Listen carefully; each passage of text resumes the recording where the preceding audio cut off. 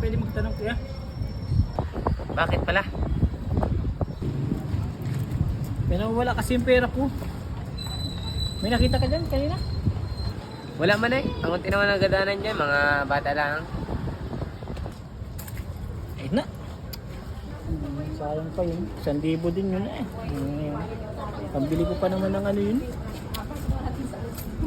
Pambili ko pa naman ng isang sakong gasolina. Sayang yun. Pambili ko pa naman ng bigas yun. Ay, saan baga nawala yun? Awan. Baka sa Mansabang.